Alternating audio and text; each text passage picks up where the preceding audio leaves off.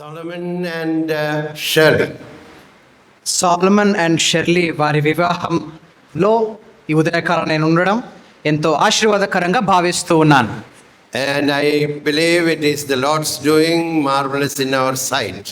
మరి మన దృష్టిలో ఇది ఒక ఘనమైన కార్యంగా దేవుడు జరిగిస్తున్నాడని విశ్వసిస్తూ ఉన్నాను. I had the privilege of being associated with the family for many years. కుటుంబముతో చాలా సంవత్సరాలుగా పరిచయం కలిగి ఉండడానికి దేవుడు సహాయపడుతూ వచ్చినాడు. Brother Ebenezer and the family these days, we are closely connected in the ministry. ప్రత్యేకంగా దేవుని సేవకులు ఎబినేజర్ గారి కుటుంబంతో ఈ మధ్య కాలంలో పరిచర్యలో కొనసాగడానికి దేవుడు సహాయపడుతూ వస్తూ ఉన్నాడు. Also, I had the privilege of serving with Brother Stephen, Michael, and Gabriel. అదేవిధంగా దేవుని సేవకులైన స్టీవెన్ పెద్దనాన్న, మైకేల్ పెద్దనాన్న, అదేవిధంగా గా పెద్దనాన్న వారితో కూడా పరిచర్యలో కొనసాగడానికి దేవుడు సహాయపడుతూ వస్తూ ఉన్నాడు. So I want to thank the family for giving me the privilege to share God's word at this wonderful time. మరి ఈ ప్రత్యేకమైనటువంటి సమయంలో దేవుని ద్వారా కుటుంబం నాకు ఇచ్చినటువంటి అవకాశాన్ని బట్టి నేను ఎంతగానో స్తుతిస్తూ ఉన్నాను. I would like to speak few words from the Psalm 127. 127వ కీర్తన నుంచి నేను కొన్ని మాట్లాడాలని ఆశపడుతూ ఉన్నాను. I would request Brother Philip to read that loudly, then we will hear God's word. 127వ కీర్తన మనం చదువుకుందాం. నేను చదువుతాను, దయచేసి శ్రద్ధగా వినండి. 127. 127వ కీర్తన.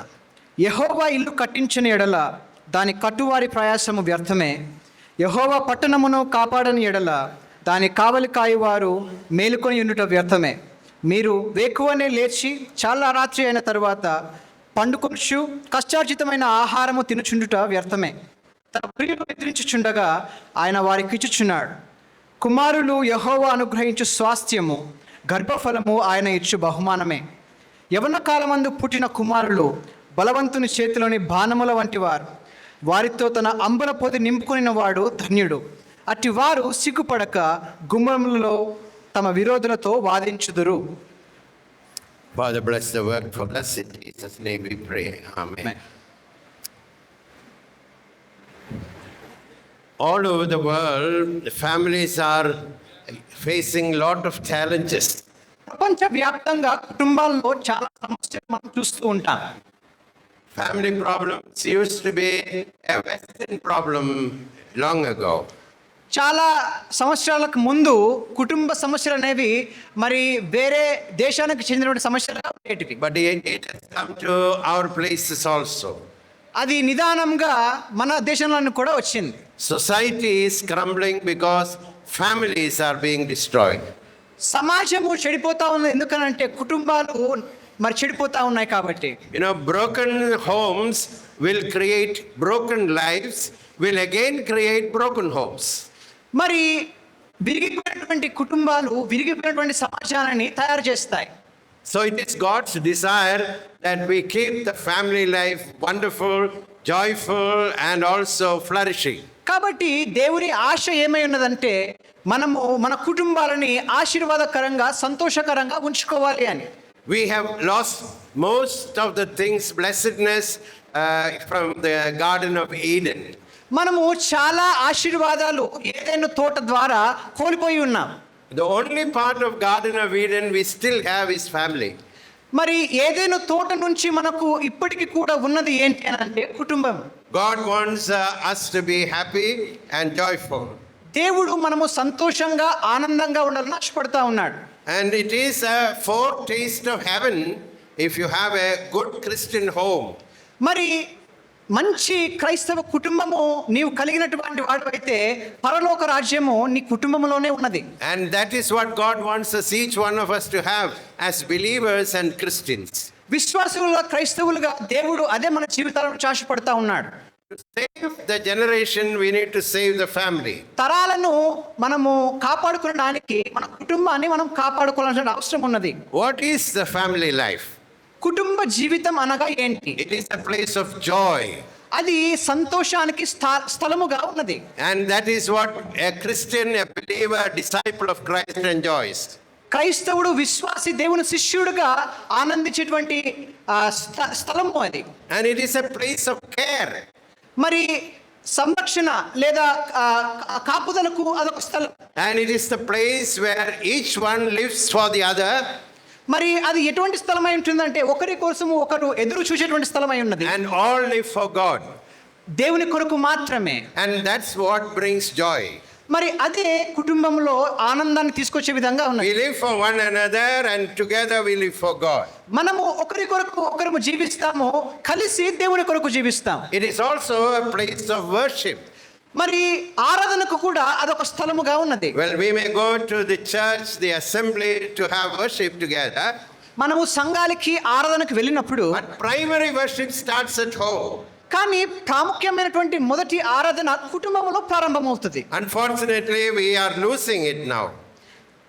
అనుకున్న రీతిలుగా ఆ యొక్క ఆరాధనను మనము కోల్పోతా ఉన్నాం ఈ దినాల్లో. Also, family is a place of witness.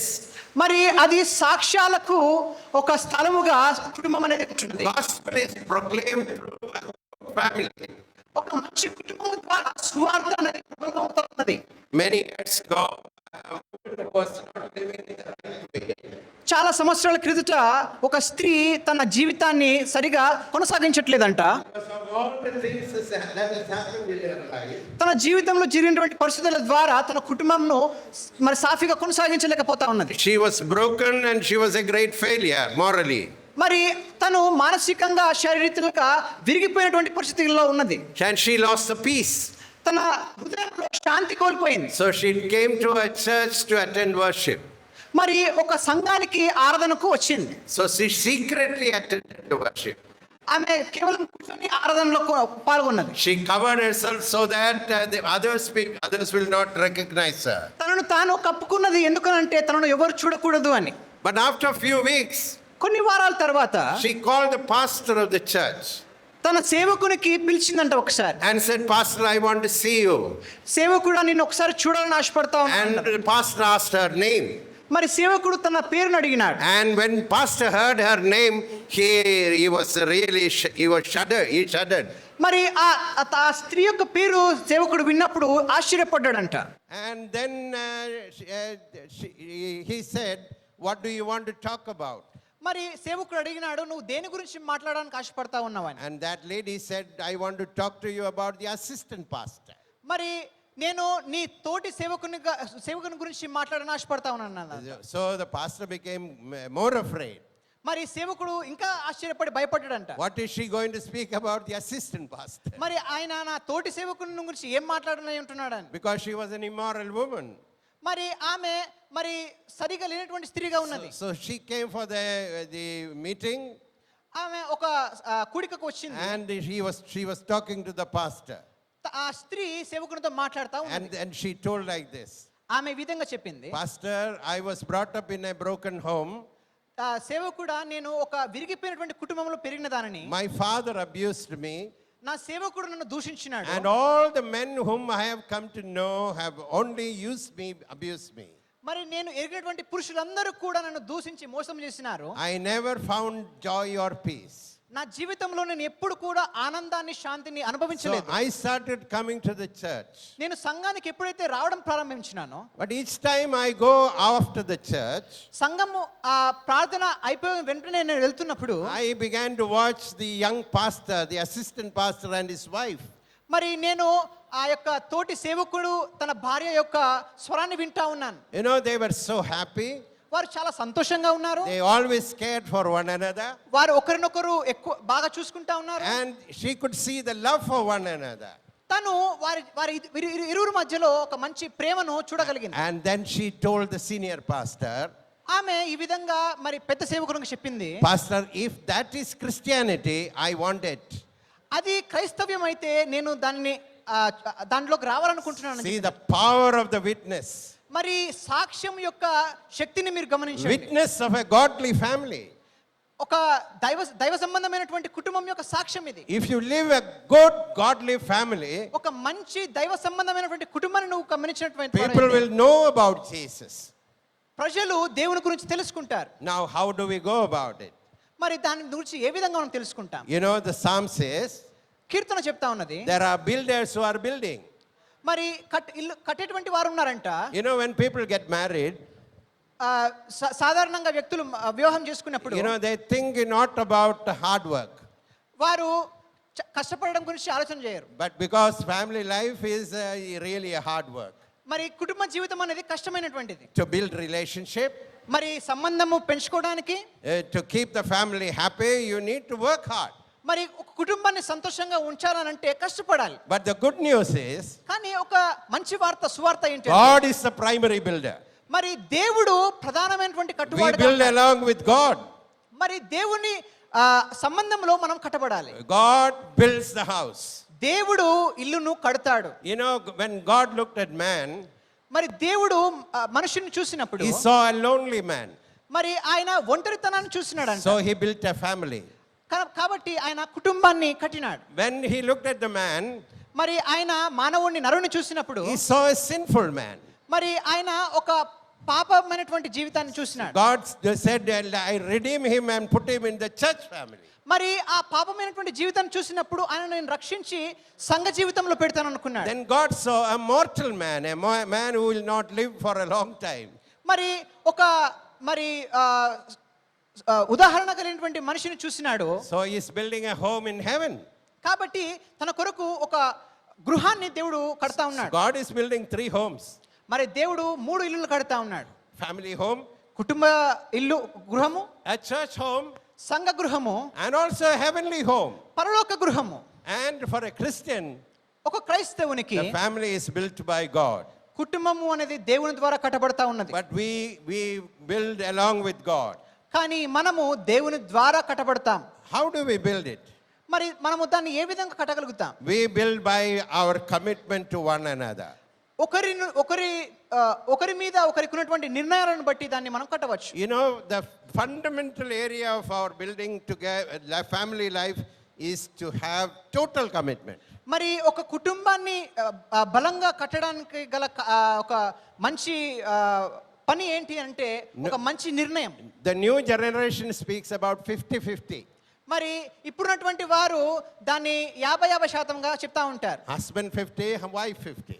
మరి భర్త 50%, భార్య 50% అంట. But in a Christian home, కానీ ఒక క్రైస్తవ it కుటుంబంలో is always 100-100. మరి అది ఎప్పుడు కూడా 100%. If you want a happy family, నీకు ఒక సంతోషమైన కుటుంబం you కావాలనుకుంటే need to be totally committed. నువ్వు పూర్తిగా నిర్ణయించబడిన వాడుగా ఉండాలి. Commitment to love one another. మరి ఒకరినొకరు ప్రేమించుకోవడానికి నిర్ణయం కలిగిన వాడుగా ఉండాలి. Commitment to honor one another. ఒకరినొకరు గౌరవించుకోవడానికి నిర్ణయం కలిగిన వాడుగా ఉండాలి. Commitment to keep the joy together. మరి ఒకరి మీద ఒకరు ఆనందం కలిగిన నిర్ణయం కలిగిన వారంగా ఉండాలి. You know, that commitment is for total commitment. మరి ఈ నిర్ణయం అనేది సంపూర్ణమైనటువంటి నిర్ణయంగా ఉండాలి. Also in a Christian family, మరియు ఒక క్రైస్తవ కుటుంబములో it is a permanent commitment. మరి అది ఎల్లకాలం ఉండేటువంటి నిర్ణయంగా ఉండాలి. We are not committed as long as health lasts. As long as health lasts, we are not. మరి కొన్నిసార్లు ఆరోగ్యము పరిమితించిన వరకు మనము నిర్ణయం కలిగిన వారిగా ఉంటాము. Not as long as love lasts. మరి ప్రేమ ఉన్నంత మాత్రమే కాదు. Not as long as money lasts. డబ్బు ఉన్నంత వరకు మాత్రమే కాదు. We are committed till death. మరణాంతరం వరకు మనము నిర్ణయం కలిగిన వారిగా ఉండాలి. You know, many young people say, మరి చాలా యవనస్తులు అంటా ఉంటారు, I don't feel the love now as before. మరి నాకు ఇంతకు ముందు ఉన్నటువంటి ప్రేమ ఇప్పుడు కలగటం లేదంటారు. So want to go away. నేను వెళ్ళిపోతానని అంటా ఉంటారు. No, we are not committed on the basis of that love. మరి మనము ఇటువంటి ప్రేమ మీద కట్టబడలేదు. Not committed as long as love lasts. మరి ప్రేమ ఎప్పుడు దాకా ఉంటుందో అప్పటి వరకు మనం కట్టబడలేదు. కానీ As long as life lasts. మరి జీవితము ఎప్పటి వరకు అయితే ఉంటుందో అప్పటి వరకు మనం నిర్ణయం కలిగిన I వారిగా call ఉండాలి. that super glue wedding. అది ఒక మంచి అతికించబడేటువంటి కుటుంబంగా మనం ఉండాలి. In the market you can get a glue called super glue.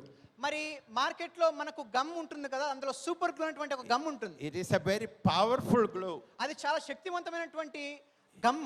If a little falls on your finger, అది ఒకవేళ మన వేలి మీద పడినట్లయితే, and if you press together, దాన్ని నువ్వు మూసినట్లయితే, you will have to have a knife to separate your fingers. మరి మీ వేళ్ళను విడదీయడానికి ఒక కత్తి కావాల్సి వస్తుంది. It is super glue.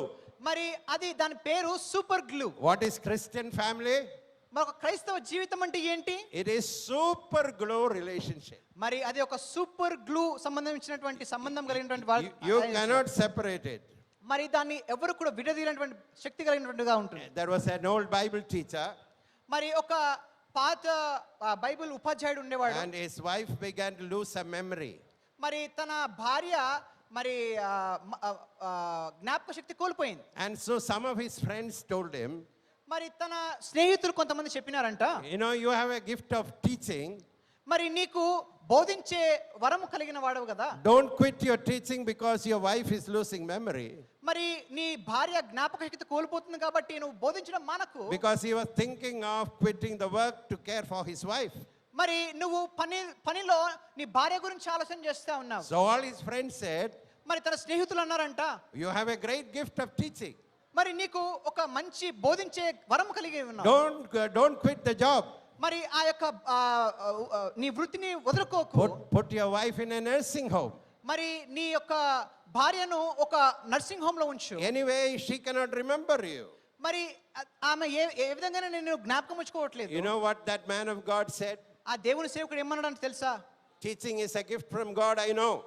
దేవుని ద్వారా బోధించడం అనేది నా వరం నాకు తెలుసు. But many years ago, కానీ చాలా సంవత్సరాల క్రితం I stood before the altar of the church నేను మందిరంలో నిలబడి ఈ విధంగా and held the hand of my wife నా భార్య చేతిని పట్టుకొని and said, until death separate us.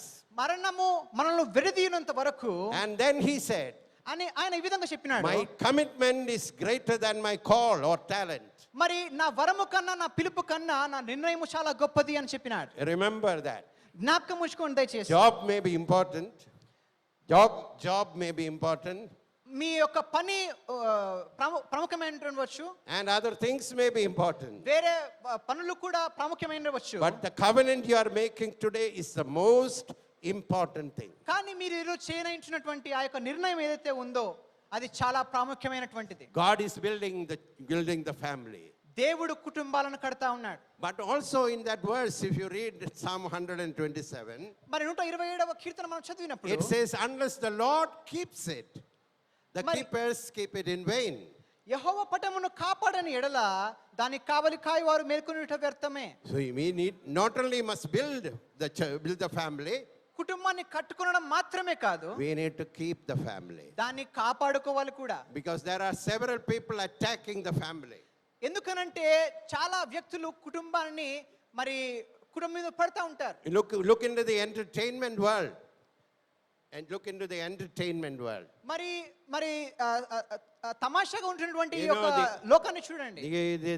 The film world and things like that. మరి ఈ లోకంలో చాలా తప్పుడు పనులు జరుగుతూ ఉంటాయి. You know what does it say? What does it say?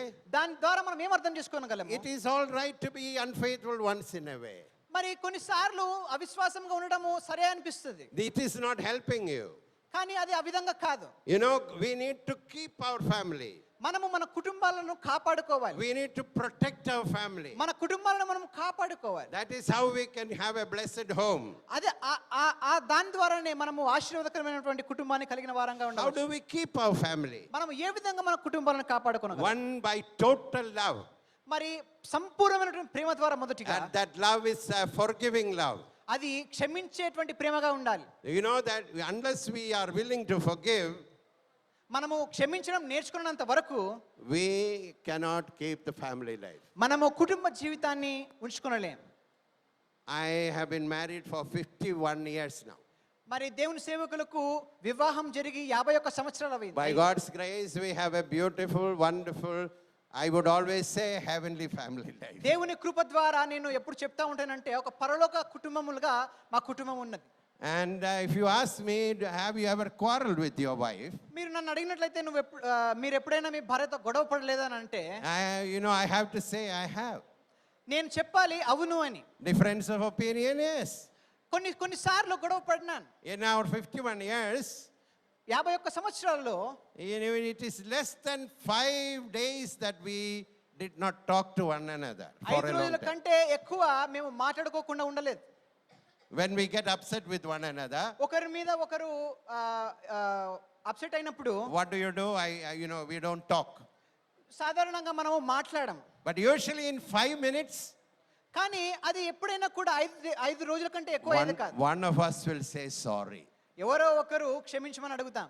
That's how you keep the family. అదే విధంగా మన కుటుంబాన్ని నిలబెట్టుకోవాలి. You know, if you have a wife who has an IQ, మరి ఒక మంచి తెలివిగల భార్య నీకున్నట్లయితే she will not say yes sir for everything. మరి అన్నిటికీ అవును అని చెప్పదు. And sometimes she will say no. కొన్నిసార్లు కాదు అని కూడా అంటుంది. And man will not like it. పురుషునికి అది నచ్చదు. And then he will raise his voice. తన స్వరాన్ని లేపుతాడు. And then there will be some rift. అక్కడ కొంచెం గొడవ జరుగుతుంది. You know, these things will come. ఈ విషయాలన్నీ కుటుంబంలో But వస్తాయి. we need to forgive. కానీ మనం To క్షమించేటువంటి get వారంగా ఉండాలి. forgiveness, you must have the humility to ask forgiveness. తగ్గింపు కలిగి క్షమాపణ అడిగేటువంటి వారంగా మనం ఉండాలి. In our 51 years, ఈ యొక్క 51 సంవత్సరాలలో less than 5 days, 5 రోజుల కంటే ఎక్కువగా we haven't, we sometimes we didn't talk with one another for the whole day. మరి 5 రోజుల కంటే ఎక్కువ మేము మాట్లాడకుండా ఎప్పుడు లేము. That has only happened 5 times in 51 years. 51 సంవత్సరాలలో అది కేవలం 5 సార్లు మాత్రమే అయింది. But there is a problem for us. When evening comes, కానీ సాయంత్రం వచ్చినప్పుడు we need to pray. మేము ప్రార్థన చేసుకోవాలి. You know, we have a practice when we pray, we hold hands and pray. మరి మా యొక్క కుటుంబంలో అలవాటు ఏంటంటే ప్రార్థన చేసినప్పుడు మేము చేతులు పట్టుకొని ప్రార్థన So చేస్తాం. no matter what happens during the daytime, no matter what happens during the daytime, దినంలో ఏదేమైనా కూడా it is all forgiven. అది అంతా కూడా క్షమించబడిపోతుంది. That's the secret of happy family life. ఒక సంతోషకరమైనటువంటి కుటుంబం యొక్క రహస్యం అది. Keep it by forgiving spirits. అది ఒక క్షమాపణ కలిగినటువంటి ఆత్మ కలిగి మనం ఉండాలి. And I want to give you an emphasis on one important thing. ఒక విషయాన్ని గురించి నేను మీకు చెప్పాలని ఆశపడతా ఉన్నాను. Keep your family life holy, HOLY. మరి మీ యొక్క కుటుంబ జీవితాన్ని పరిశుద్ధంగా ఉంచుకోవాలి. Hebrews 13:4 says, మరి హెబ్రీయులకు రాసిన పత్రిక 13:4 చెప్తా ఉన్నది marriage is honorable to all. వివాహం అనే విషయంలో ఘనమైనది. But you must keep the marriage bed holy. మరి ఆ వివాహము పరిశుద్ధంగా ఉన్నప్పుడే. You know how to keep the family life? మరి ఏ విధంగా మనం కుటుంబ జీవితాన్ని కట్టుకొనగలం? Keep it pure. Keep it pure. మరి దాన్ని పరిశుద్ధంగా పవిత్రంగా మనం ఉంచుకోవాలి. You know, recent days many families are being destroyed. మరి ఈ రోజుల్లో చాలా కుటుంబాలు విరిగిపోతా ఉన్నాయి. You know, in their family life impurity has come in. మరి ఎందుకనంటే అపవిత్రత కుటుంబంలో ప్రవేశిస్తా ఉన్నది. Listen to this statement. మరి ఈ యొక్క మాటను శ్రద్ధగా వినండి. A long time ago a great writer wrote, మరి చాలా సంవత్సరాల క్రితం ఒక రచయిత రాసిన విధంగా you cannot build a home big enough for 2 women. మరి ఒక కుటుంబాన్ని 2 స్త్రీలకు నువ్వు ఎప్పుడు కట్టలేవని చెప్పినాడు. You cannot build a big home, you know, that can accommodate 2 women. నువ్వు ఒక పెద్ద ఇంటిని 2 స్త్రీలు ఉంచడానికి ఎప్పుడు కట్టలేవని అంట. In a man's life, ఒక పురుషుని there జీవితంలో is only room for 1 woman. ఒక్క స్త్రీకే స్థానం ఉంటుంది. And in a woman's life, స్త్రీ జీవితంలో there is only room for 1 man. ఒక్క పురుషునికి మాత్రమే స్థలం ఉంటుంది. When elders and deacons are chosen in the early church, మరి సంఘములో మరి పెద్దలు సంఘ పెద్దలు విశ్వాసులు it is said you must be the person must be man of 1 wife. మరి అందులో ఉన్నటువంటి ఆ యొక్క నియమాలు ఏంటి అంటే పురుషునికి ఒక భార్య ఒక స్త్రీని కలిగినటువంటి వాడుగా ఉండాలి. It just does not mean that you should be married only to 1 woman. మరి దాని అర్థము నువ్వు ఒక స్త్రీనే పెళ్లి చేసుకోవాలని కాదు. You must be totally committed to 1 woman. దాని అర్థం ఏమిటంటే పూర్తిగా నీ జీవితంలో ఒక స్త్రీకే నియమించేవాడిగా ఉండాలి. 1 woman kind of a man, 1 woman. ఒక్క స్త్రీ మాత్రమే. 1 man kind of a woman. మరి ఒక్క మనిషిని కలిగినటువంటి స్త్రీగా ఉండాలి. When another love comes in, మరి ఇంకొక ప్రేమ ప్రవేశించినప్పుడు family will be destroyed. కుటుంబము చెడిపోతుంది. You must keep it holy. దాన్ని పరిశుద్ధంగానే ఉంచుకోవాలి. I want to give you 3 ways you can keep it holy. మరి పరిశుద్ధంగా ఉంచుకోవడానికి 3 విషయాలు నేను మీతో పంచుకుంటా. In your words, నీ యొక్క మాటలలో you must be very pure when you talk to another woman. నువ్వు వేరే స్త్రీతో మాట్లాడుతున్నప్పుడు నువ్వు చాలా పవిత్రంగా నీ మాటలను You ఉంచుకోవాలి. know, when I talk to my wife, నేను నా భార్యతో మాట్లాడుతూ ఉన్నప్పుడు I use sweet words. మరి నేను చాలా పవిత్రమైనటువంటి మాటలు But మాట్లాడతాను. I don't use those words when I talk to another woman. నేను నా భార్యతో మాట్లాడేటువంటి మాటలను వేరే స్త్రీలతో మాట్లాడను. My vocabulary is limited when I talk to another woman. నా సంభాషణ ఏదైతే ఉందో వేరే స్త్రీతో మాట్లాడేటప్పుడు అది వేరుగా ఉంటుంది. And you must be one woman kind of a man with your eyes. మరి నీ దృష్టి ద్వారా కూడా ఒక స్త్రీ కలిగినటువంటి వాడుగా నువ్వు ఉండాలి. So you might ask me, sir, don't you look at another woman? మరి మీరు అడగవచ్చు, అయ్యగారు మీరు వేరే స్త్రీని చూడరా అని అడగవచ్చు. I see lot of women. నేను చాలా మంది స్త్రీలను And I చూస్తాను. see a beautiful bride today. మరి ఇక్కడ చాలా మరి అందమైనటువంటి పెళ్లి కుమార్తెను చూస్తా ఉన్నాను. But my eyes God has allowed my eyes to enjoy only one woman, that is my wife. కానీ దేవుడు నా జీవితంలో అనుమతించింది ఒక స్త్రీని చూసి సంతోషపడడానికి, అది నా భార్య. Committed with my eyes. నా కళ్ళతో నిర్ణయము. That is how you keep your life holy. మరి దీని ద్వారానే కుటుంబాన్ని పరిశుద్ధంగా ఉంచుకోగలగాలి. And thirdly, మూడవదిగా one woman kind of a man with your touch. మరి నీ యొక్క తాకిడితో ఒక స్త్రీ కలిగినటువంటి మనిషిగా Now, ఉండాలి. these are modern days. మరి ఈ యొక్క దినాలలో Men and women mix. మరి పురుషులు స్త్రీలు కలిసి ఉంటున్నారు. You cannot say we cannot touch another woman. మరి నీవు అనలేవు ఇంకొక స్త్రీని ముట్టకూడదు అని. If a lady comes with her hand stretched for a shake hand, మరి ఒక స్త్రీ షేక్ హ్యాండ్కి వచ్చినట్లయితే I will not run away. నేను పారిపోను, I will shake hand. నేను షేక్ హ్యాండ్ ఇస్తాను. But I must be careful whom I touch and how I touch. మరి కానీ నేను ఏ విధంగా ముడతా ఉన్నాను, ఏ విధంగా నా వైఖరి ఉంటుంది అనేది నేను దృష్టించుకోవాలి. Unless people are careful, మరి ఈ యొక్క దాని విషయంలో you దృష్టించకపోతే will destroy your family life. నీ కుటుంబాన్ని నీవే చేతులారా నష్టపరుచుకుంటావు. Keep your family holy. నీ కుటుంబాన్ని పరిశుద్ధంగా ఉంచుకోవాలి. Let me give you a little lesson on physics. మరి ఫిజిక్స్ గురించి ఒక చిన్న పాఠం మీకు చెప్తాను. If you look at a good glass, plain glass, మరి ఒక మంచి సమానమైనటువంటి గడ్డిని మీరు చూసినట్లయితే you think it is very smooth. మరి నువ్వు అనుకుంటావు అది చాలా But look మృదువుగా ఉంది. under a microscope, మరి దాన్ని ఒక భూతద్దంతో మనం చూసినట్లయితే you will see small rough points on it. మరి దాని మీద You can see some rough points on it. మరి ఆ గడ్డి మీద మరి రఫ్ థింగ్స్ మనం చూస్తాం. But there are ways you can polish it totally plain. మరి దాన్ని చాలా మృదువుగా చేసే ఒక విధం ఉన్నది. And if you polish two pieces of glass totally clean, మరి రెండు లేయర్స్ పోయే విధంగా దాని గడ్డిని మనం ట్రిమ్ చేసినట్లయితే and put them together దాన్ని కలిపినప్పుడు with no glue, మరి దాన్ని ఏ విధమైనటువంటి క్లీన్ చేసి it will get stuck. మరి అది అతుక్కపోతుంది. You will not be able to separate it. మరి దాన్ని నువ్వు విడదీయలేవు. Why did it get stuck? మరి అది ఎందుకు ఆ విధంగా అతుక్కపోతుంది? Both surfaces are clean. మరి రెండు కూడా మృదువుగా ఉన్నాయి. How do you become beautifully one flesh? మరి ఒక్క శరీరంలో నువ్వు ఏ విధంగా అందంగా కలగలుగుతావు? Both lives must keep yourself pure. మరి ఇరువురి జీవితాలు కూడా పవిత్రంగా ఉన్నప్పుడే And God will give you a joyful relationship. మరి అప్పుడే ఒక ఆనందకరమైనటువంటి కుటుంబాన్ని దేవుడు మన జీవితాలను గ్రహిస్తాడు. Then what happened in Cana will happen in our life. మరి కానాను విందులో ఏం జరిగిందో అది మన జీవితంలో What జరుగుతుంది. happened in Cana? మరి కానాన్లో ఏమైంది? Jesus produced a lot of wine. మరి యేసయ్య అద్భుతంగా చాలా ద్రాక్షరసాన్ని Wine is a sign of joy, isn't it? మరి ద్రాక్షరసము ఆనందానికి సదృశ్యంగా ఉంది. Abundant joy. మరి అత్యానందము God will give that to you. మరి ఆ అత్యానందాన్ని దేవుడు మనకి What ఇస్తాడు. were the principles in Cana? మరి రెండు విషయాలు కానాన్లో జరిగినాయి. One, the presence of Christ. క్రీస్తు యొక్క సన్నిధి మొదటిది. That happened in Cana. మరి కానాన్లో మొదటిగా అది జరిగింది. Christ was present in Cana. మరి క్రీస్తు కానాన్లో ఉన్నాడు. And that is why that family had joy. మరి దాని ద్వారానే ఆ కుటుంబము ఆనందం కలిగి ఉన్నది. Secondly, రెండవది God's word was obeyed in Cana family. మరి కానాను కుటుంబములో క్రీస్తు మాట వారు గైకొన్నారు. That was the secret. They అదే obeyed. రహస్యం.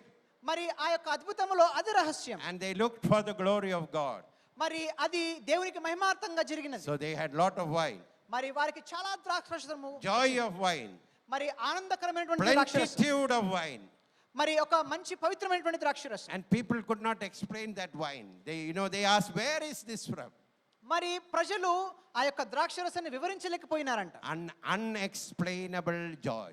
మరి వివరించలేనటువంటి ద్రాక్షరసం. You know, that is what God wants to give you as a family. మరి ఒక కుటుంబము జీవితముగా దేవుడు ఆశపడుతున్నాడు. Little bit of heaven on earth. మరి పరలోకము కొద్దిగా భూమి మీద కుటుంబం. That is what God wants to give to you. మరి అదే దేవుడు మీ జీవితాల్లో ఇవ్వడానికి ఆశపడతా ఉన్నాడు. Many years ago I went to England.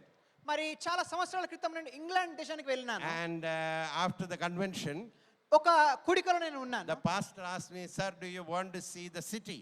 మరి ఆ యొక్క సేవకుడు అడిగినాడు, అయ్య గారు మీరు ఆ పట్టణాన్ని చూస్తారా అని అడిగినాడు. I am not a sightseer, మరి నేను ఆ విధంగా చూసేటువంటి వాడని కాదు. but I wanted to see the cemetery where David Livingstone was buried. మరి డేవిడ్ లివింగ్స్టన్ అనే భక్తుడు మరణించినటువంటి ఆ సమాధి నేను చూడడానికి So ఆశపడ్డాను. I went with the pastor. నేను ఆ సేవకునితో అంగీకరించినాను. On our return, he said, మేము తిరిగి వస్తున్నప్పుడు ఆయన అన్నాడు, "Sir, Buckingham Palace is open for visitors." మరి sorry Buckingham Palace is open for visitors. Buckingham Palace, you know, Buckingham palace అనేది మరి చూసేటువంటి వారికి అది ఓపెన్ గా ఉందని చెప్పినారు. where the queen and the family lives. మరి రాణి కుటుంబం ఉండేటువంటి స్థలం అది. "Sir, do you want to go?" మరి అయ్యగారు మీరు వెళ్తారా అక్కడికి అని అడిగినాడు. And I told the pastor, నేను ఆ సేవకుతో అన్నాను, "Sir, I don't want to go. నేను పోవాలని ఆశపడలేదు. I know what is happening inside. మరి లోపల ఏం జరుగుతుందో నాకు తెలుసు అని చెప్పినాను. Palace is beautiful, మరి ఆ యొక్క స్థలము భవనం చాలా బాగుంది. family life is rotten." మరి ఆ యొక్క కుటుంబ జీవితము నాశనం అయిపోయినది. And you know, there I brought a small picture postcard of the palace. మరి ఆ యొక్క భవనం యొక్క ఒక దృశ్యాన్ని నేను తీసుకొని వచ్చినాను. At that time my daughter was studying. మరి అక్కడ నా కుమార్తె ఆ దినాల్లో చదివింది. So I wrote a letter to my daughter.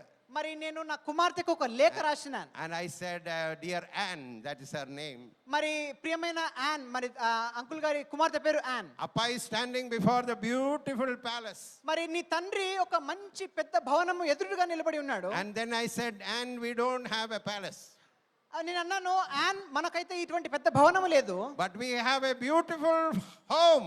మరి నేను చెప్పినాను మనకు ఒక We have a joyful home. మనకు ఒక అందమైన We have a ఆనందమైన Christ-centered భవనం home. ఉన్నది. We have a Christ-centered home. మనకు క్రీస్తు కేంద్రితమైన గృహము కలిగి ఉన్నాం. We have a happy home. సంతోషమైన ఆనందమైనటువంటి గృహము మనం కలిగి ఉన్నామని చెప్పిన. And this is what I want to wish Solomon and Shirley. Solomon షెర్లీకి నేను ఇదే ఆశపడతా ఉన్నాను. May the Lord give you a happy and a heaven-centered home. పరలోక కేంద్రితమైన క్రీస్తు కేంద్రితమైన జీవితము దేవుడు మీ జీవితాల్లో ఇవ్వాలి. All the riches of his blessings may be poured on you. మరి దేవుని మరి మంచి ఆశీర్వాదాలు దీవెనలు మీ జీవితంలో May God పొంది bless ఉండాలని you. ఆశపడతా ఉన్నాను. May God bless you దేవుడు మిమ్మల్ని దీవించును గాక. and make you a blessing. మరి మిమ్మల్ని ఒక ఆశీర్వాదకరంగా మార్చును గాక. And if there is somebody you are thinking in your heart, మీరు ఎవరైనా కూర్చున్న వారిలో ఎవరైనా ఈ విధంగా ఆలోచన చేస్తున్నట్లయితే, I wish I could start again. మరి నేను ఒక దినాన్ని ప్రారంభించాలి. Maybe you are having not a good family life. బహుశా మీ కుటుంబంలో ఒక మంచి కుటుంబము కలిగినటువంటి లేరేమో. Christ not only blesses homes.